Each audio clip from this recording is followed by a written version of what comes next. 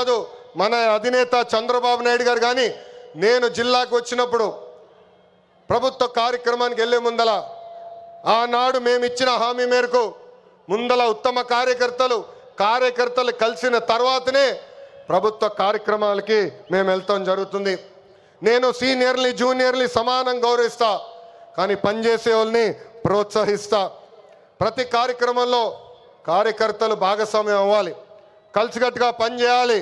మన చేస్తున్న సంక్షేమ అభివృద్ధి కార్యక్రమాలు ప్రజల్లోకి తీసుకురావాల్సిన అవసరం చాలా చాలా ఉంది. ఇక్కడున్న ఎంతోమంది మన అధ్యక్షుడు వారు చంద్రబాబు నాయుడు గారిని కలిశారు, నన్ను కూడా కలిశారు. పాదయాత్రలో లక్షలాది మంది నాతో ఏకంగా ఫోటోలు దిగారు. ఈ సభాముఖంగా వైకాపా కార్యకర్తలు ఆలోచించమంటున్నా, ఏనాడైనా మీ నాయకుడు మిమ్మల్ని కలిశాడా? ఏనాడైనా మీ నాయకుడు మీతో ఫోటో దిగారా? అధికారంలో ఎందుకో ఇప్పుడు ప్రతిపక్షంలో కూడా తాడేపల్లి కొంపకెళ్తే no entry, palace doors closed అని చెప్పే పరిస్థితికి వచ్చారు. గౌరవ ముఖ్యమంత్రి చంద్రబాబు నాయుడు గారు, గౌరవ ఉప ముఖ్యమంత్రి పవన్ అన్న కలిసి రాష్ట్రాన్ని అన్ని రకాలుగా అభివృద్ధి చేస్తున్నారు. గౌరవ ప్రధానమంత్రి గారు రాష్ట్రానికి పూర్తిగా సహకారం అందిస్తున్నారు. ఏకంగా ఆంధ్ర రాష్ట్ర ప్రజలు కోరిన అన్ని కోరికలు ఈరోజు గౌరవ ప్రధానమంత్రి గారు తీర్చుతున్నారు. దానికి కారణం ఒకటే, మొన్న జరిగిన ఎన్నికల్లో 25 స్థానాల్లో ఎప్పుడైతే కూటమి పార్లమెంట్ 25 స్థానాల్లో కూటమి ఎప్పుడైతే 21 స్థానాలు గెలిచిందో, ఎస్ ఆంధ్ర రాష్ట్రం ఇప్పుడు ఎన్డీఏ వెనకుంది, ఆంధ్ర రాష్ట్రం ఎన్డీఏకి కట్టుబడి ఉంది. అందుకే ఆంధ్ర రాష్ట్రానికి నేను అన్నీ చేస్తానని అడుగు వేశారు మన గౌరవ ప్రధానమంత్రి నరేంద్ర మోడీ గారు. ఇప్పుడు మనం చేయాల్సింది ఒకటి ఉంది, ప్రజలకు దగ్గర అవ్వాలి. అహంకారం ఈగో పక్కన పెట్టుకోవాలి. అహంకారం ఉంటే ఏమవుతుందో మనందరం చూసాం. 151 సీట్లు ఏమైంది? 151 సీట్లు ఏమైంది? 11 అయ్యాయి. అందుకే నేలపై ఉండాలి, ప్రజలకు సేవ చేయాలి. అధికారంలో ఉన్న ప్రతిపక్షంలో ఉన్నట్టు మనం అందరం వ్యవహరించాలి. చిన్న కుటుంబంలోనే సమస్యలు ఉంటాయి. 3 పార్టీలు కలిసినప్పుడు చిన్న సమస్యలు రావటం సహజమే. ఈగోలు పక్కన పెట్టండి, అందరం కలిసి పనిచేద్దాం. విడాకులు, మిస్ఫైర్లు, క్రాస్ ఫైర్లు ఎట్టి పరిస్థితుల్లో జరిగేదానికి లేదని ఈ సభాముఖ కార్యకర్తలందరికీ నేను తెలుపుతున్నా.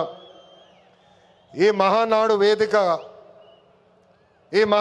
వేదికగా ఒక ముఖ్యమైన విషయం ఆంధ్ర రాష్ట్ర ప్రజలకి నేను చెప్పదలుచుకున్నా. ప్రభుత్వ కొనసాగింపు చాలా చాలా అవసరం. ఒక రాష్ట్రం అభివృద్ధి చెందాలంటే ప్రభుత్వం కొనసాగించాల్సిన అవసరం చాలా ముఖ్యం. 2014లో కట్టుబట్టలతో మన ప్రయాణం ప్రారంభించాం.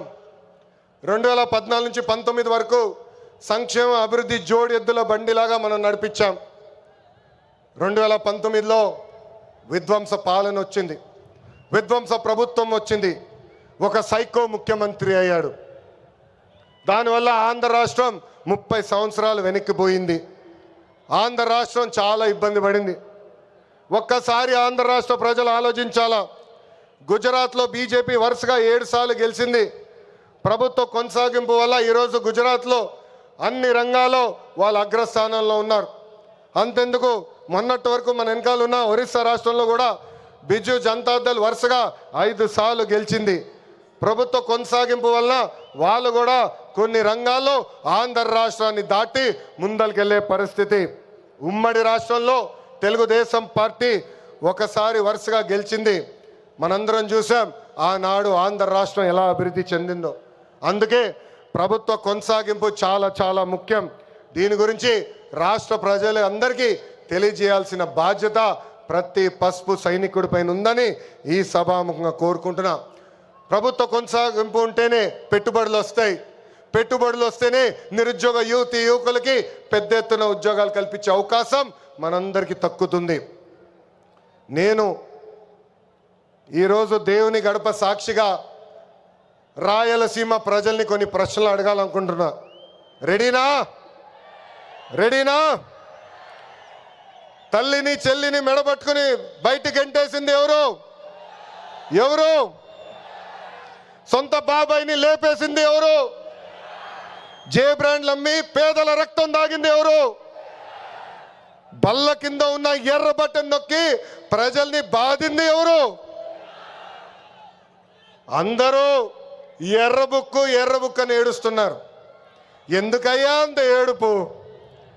నేను ఆనాడు చెప్పింది ఏంటి?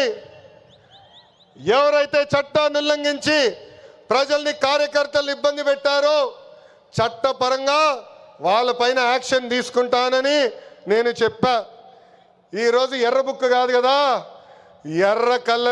ఎర్ర రంగు చూస్తేనే వణికిపోయే పరిస్థితి వస్తుంది. ఎర్ర బుక్ అంటే ఒకడికి గుండుపోటు వచ్చింది. ఎర్ర బుక్ అంటేనే ఒకడు బాత్రూంలో కాలు జారి చెయ్యి ఎర్రగొట్టుకున్నాడు. ఇంకొకడు ఏమయ్యాడో మీ అందరికి తెలుసు. అర్థమైందా రాజా? అర్థమైందా రాజా? సమాజమే దేవాలయం, ప్రజలే దేవుళ్ళు అన్నారు అన్న ఎన్టీఆర్. అందుకే మనం 6 శాసనాలు ప్రకటించాం. తెలుగు జాతి విశ్వఖ్యాతి, స్త్రీ శక్తి, యువగలం, పేదల సేవల్లో సోషల్ రీఇంజనీరింగ్, అన్నదాతకు అండగా కార్యకర్తలే అధినేత. పాలిట్ బ్యూరో సభ్యుల దగ్గర నుంచి, వేదికమైన పెద్దల దగ్గర నుంచి, ఇక్కడున్న కార్యకర్తల వరకు ఈ 6 శాసనాలు మన శ్వాసగా బతకాలని ఈ సభాముఖంగా మిమ్మల్ని అందరినీ కోరుకుంటూ, మనకి ప్రజలు ముఖ్యం, వాళ్ళ ఆనందం, వాళ్ళ సంతోషం ముఖ్యం. అహర్నిశలు కష్టపడాలా, వాళ్ళకి అందుబాటులో ఉండాలా. తిరిగి 2029లో మళ్ళీ కూటమి ప్రభుత్వాన్ని గెలిపించాలని ఈ సభాముఖంగా కార్యకర్తలందరూ తెలుపుకుంటూ, ఎప్పుడు మా ఇంటి తలుపు మీకోసం తెరుచుంటాయి.